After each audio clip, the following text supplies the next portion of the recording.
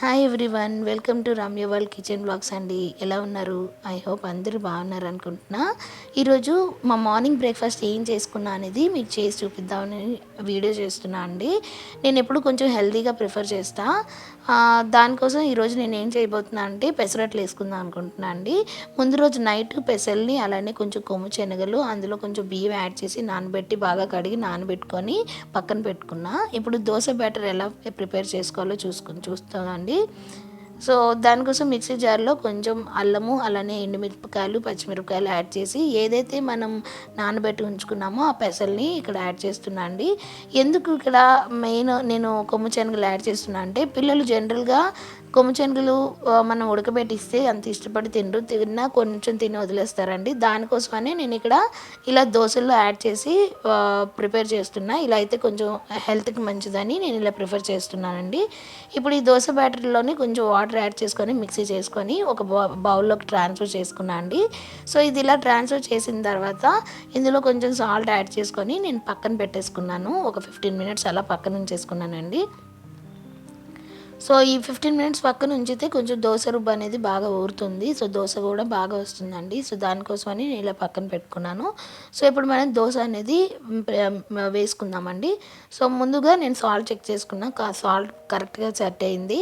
So pan మీద కొంచెం oil spread చేసుకొని మనం ఏదైతే కలిపి పెట్టుకొని ఉంచుకున్నామో దోశ రుబ్బుని ఆ దోశ రుబ్బుని యాడ్ చేసుకొని దోశ వేసుకుంటున్నాను నేను ఇక్కడ.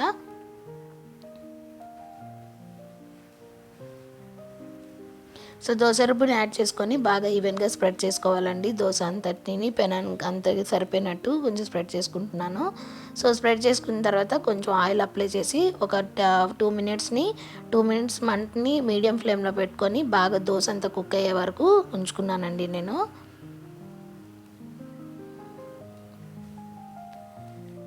సో ఒక 2 మినిట్స్ కుక్ అయిపోయిందండి. బాగా కుక్ అయిన తర్వాత రెండు పక్కల బాగా ఆయిల్ వేసి కాల్చుకున్నా. అంతే అండి, పెసరట్టు రెడీ అయిపోయింది.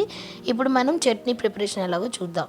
సో చట్నీ కోసం నేనైతే ఇక్కడ ముందు పల్లీలను కొంచెం తీసుకున్నా. వాటిని డ్రై రోస్ట్ చేసుకొని మిక్సీ జార్లోకి యాడ్ చేసుకున్నా. అలానే పచ్చిమిరపకాయలు, టేస్ట్కి తగ్గట్టు పచ్చిమిరపకాయలు, కొన్ని కొబ్బరి ముక్కలు, అలానే కొంచెం వేపిన శనగపప్పును కూడా తీసుకున్నా అండి. కొంచెం రుచికి సరిపడా సాల్ట్ అలాగే చిన్న చింతపండుని యాడ్ చేసి మిక్సీ చేసి పక్కన పెట్టుకున్నా. సో ఇప్పుడు తాలింపు తీసుకున్నానండి. తాలింపు వేసేసుకున్నా. పోపు, కరివేపాకు, ఎండుమిర్చి, ఆవాలు, జీలకర్ర అలాగే మినపప్పు, శనగపప్పు వేసి ఈ బాగా మిక్స్ అయినంత వరకు వేగినంత వరకు మిక్స్ చేసుకొని బాగా ఫ్రై చేసుకొని వాటిని చల్లారే వరకు ఉంచుకున్నానండి. సో చల్లారిన తర్వాత ఇందులోకి డైరెక్ట్గా మనం ఏదైతే మిక్సీ చేసి పెట్టుకున్నామో కొబ్బరి చట్నీ కోసం దాన్ని యాడ్ చేసేస్తున్నా అండి. చల్లారిపోయిన తర్వాత అంతే అండి, మీకు కొబ్బరి చట్నీ రెడీ అయిపోయినట్టే. వేడి వేడి దోశల్లోకి కొబ్బరి చట్నీని సర్వ్ చేసుకొని తింటే చాలా చాలా బాగుంటుందండి. మీరు కూడా ట్రై చేసి మీకు కూడా ఎలా కుదిరిందో నాకు కామెంట్ సెక్షన్లో మెన్షన్ చేయండి. సో అలాగే నా వీడియోస్ని నచ్చితే లైక్ కొట్టి సబ్స్క్రైబ్ చేయడం మర్చిపోకండి.